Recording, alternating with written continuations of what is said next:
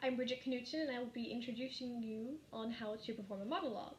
The 4 steps I believe are involved in that process are to first select your monologue, then gather background information, map the piece, and then prepare to perform.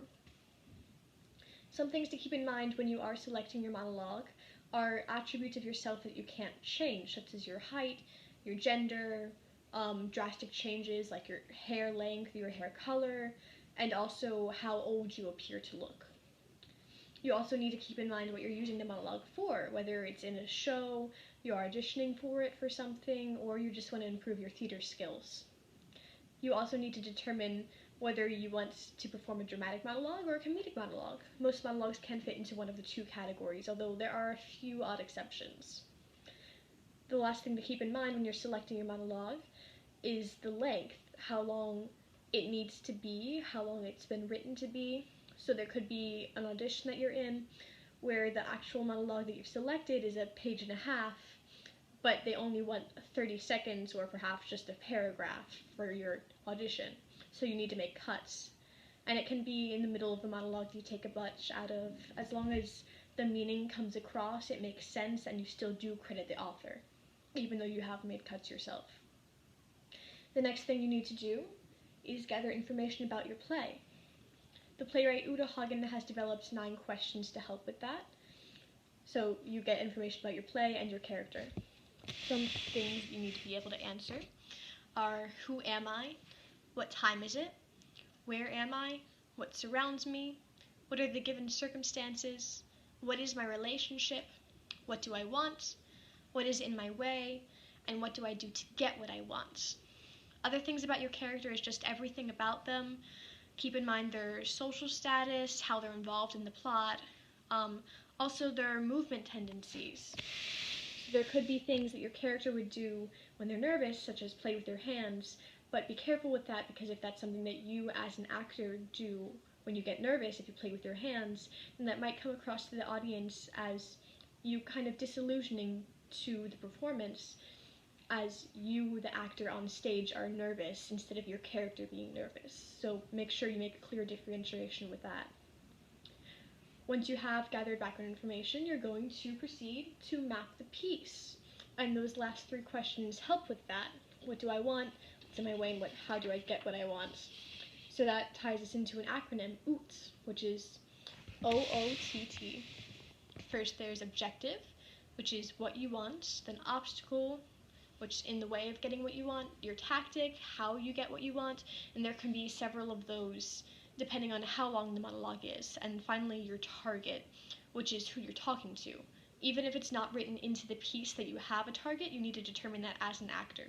So anything you're not given online, if you've looked, or in the book, or wherever you found your monologue, you need to determine everything so nothing is left to question. As an example, I have selected Shakespeare's Sonnet 33, which can be a type of monologue. And you would notice if I just read it, it probably wouldn't be very interesting, which is why we map the piece.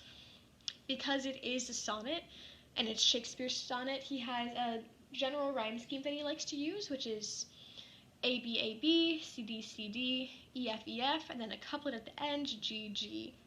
Because of this rhyme scheme, we can easily divide it up into 4 sections, 1, 2, 3, 4. Now that we have the rhyme scheme down and we have sections, well, in between the sections we have what are called beats, and that's where the tone can change, or the emotions, the pace, essentially where a new idea is introduced. So now that we've determined the beats are in between these sections, within each section we will have an emotion and a pace. For the first, I said it was moderate, then faster, then fast, which is even faster than the purple one, and then very deliberate. So for the emotions, I said the first paragraph was reminiscent, next one was a little bit fearful, had some sadness, the next one was, it had anger in it almost, and then the last one was confident. So there are several ways you can signify there's a beat. There's the lines that I drew through in the last slide.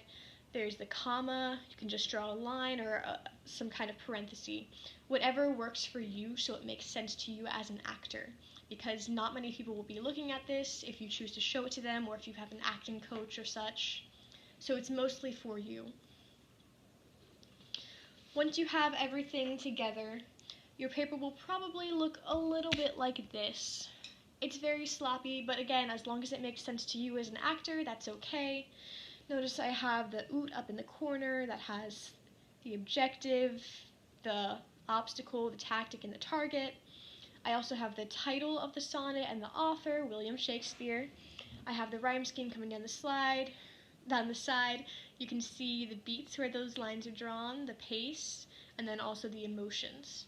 So as long as you have everything you need as an actor, your piece is properly mapped. After your piece is mapped, you can then prepare yourself to perform.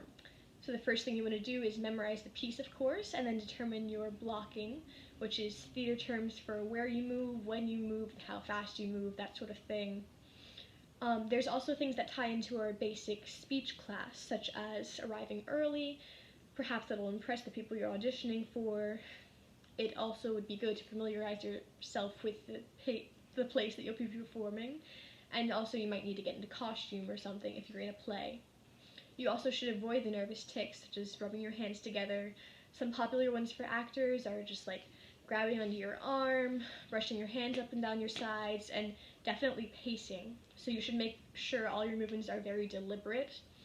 You also need to remember to project your voice so everybody can hear you. Theaters can be very large and you won't always have a mic on you. That can also be true with public speaking. Make sure you project your voice. Something that's very different is you shouldn't make eye contact with the people that you're talking to when you are performing a monologue, because there's a thing in theater called a fourth wall that divides the audience from the person who's speaking on stage.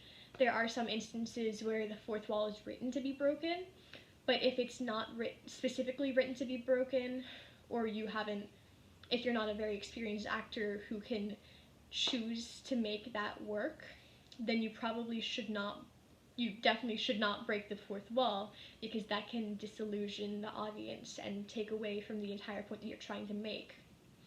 So don't make eye contact with the audience, don't talk directly to them. You should invent somebody if it doesn't say who you're talking to.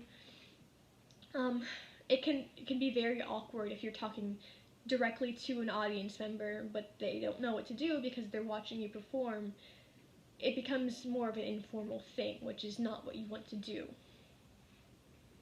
Lastly, after you perform, you should just forget about it, because the worst thing to do is to stress. It doesn't help you. You could forget lines if you're in a play, so just forget about it and don't have to worry about it at all. Thank you for listening.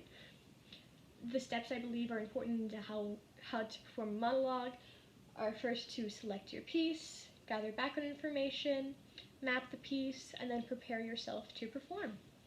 Thank you.